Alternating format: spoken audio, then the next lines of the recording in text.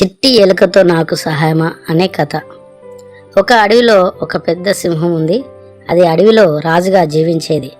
ఒకరోజు సింహం నిద్రపోతుండగా ఓ చిట్టి ఎలుక దాని శరీరం మీద పరిగెత్తింది. అప్పుడు సింహం నిద్రలో నుంచి మేల్కొని ఎలుకను పట్టుకుంది. ఎలుక భయంతో ఇలా అంది, మహారాజా, నన్ను వదలండి. వదిలివేస్తే మీరు నాకు జీవితాన్ని ఇచ్చినట్టే అవుతుంది. ఏదో ఒకరోజు నేను మీకు సహాయం చేస్తాను. దయచేసి నన్ను వదిలేయండి. సింహం ఆ మాటలు హేళన చేస్తూ విని నవ్వింది.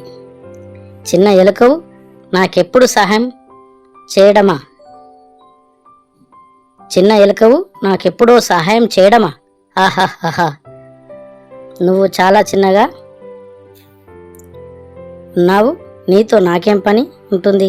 నేను చూడు, నా శరీర ఆకృతి చూడు, నా బలము చూడు, నా గర్జన చూడు. నాలాంటి వాడికి నీతో నాకు పని పడుతుందా? నేను ఈ యొక్క అడవికి రారాజుని. నాకు అవసరం అయితే నాలాంటి వారితో పని పడుతుంది, కానీ నీలాంటి వారితో పని పడుతుందా చెప్పు అని హేళన చేస్తూ మాట్లాడింది. సరే మహాప్రభు, దయచేసి ఈ చిట్టి ఎలుకను మన్నించి ప్రాణభిక్ష పెట్టండి.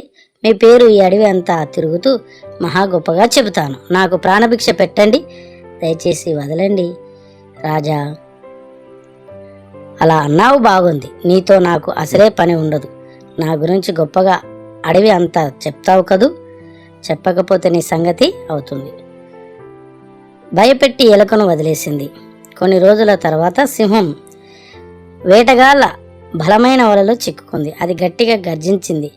ఆ శబ్దాన్ని విని అడవిలో ఉన్న జంతువులన్నీ పారిపోయినాయి. అదే చిట్టి ఎలుక అక్కడికి వచ్చింది. ఆ పరిస్థితి అంతా గమనించింది. వెంటనే తనకు ఒక ఆలోచన వచ్చింది. నా పళ్ళతో వలను కొరుకుతా. కొద్దిగా వల తెగిన సింహం తన బలము చేత బయటపడుతుంది అనుకొని ఎలుక తన చిన్న దంతాలతో వలను కొరకడం స్టార్ట్ చేసింది. కొంత సమయం తర్వాత వల తెగింది. సింహం బయటపడింది. అప్పుడు ఎలుక ఇలా అంది, చూశారా మహారాజా, నేను చెప్పినట్టే మీకు సహాయం చేశాను. ఎవరితో ఏ పని పడుతుందో తెలియదు. కాబట్టి చిన్నవాడనైనా నేను ఈరోజు లేకపోతే నీ పరిస్థితి ఎలా ఉండేదో ఒకసారి ఆలోచించండి.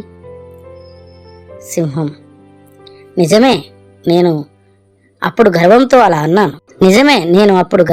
అలా అన్నాను. కానీ దయచేసి నన్ను క్షమించు చిట్టి ఎలుక. చాలా థ్యాంక్స్ నీకు. నువ్వే లేకుంటే నా ప్రాణం పోయేది. ఈ రోజు నుంచి మనం మంచి స్నేహితులం. ఓకే. అలా సింహం చిట్టెలక అడవిలో సంతోషంగా స్నేహపూర్వకంగా కలిసి మెలిసి ఉన్నాయి. ఈ కథ యొక్క నీతి: చిన్నవారు కూడా పెద్దవారికి సహాయం చేయగలరు. ఎవరిని తక్కువ అంచనా వేయకూడదు. ఎవరితో ఏ పని పడుతుందో మనకు తెలియదు. అందరితో మంచిగా ఉండాలి.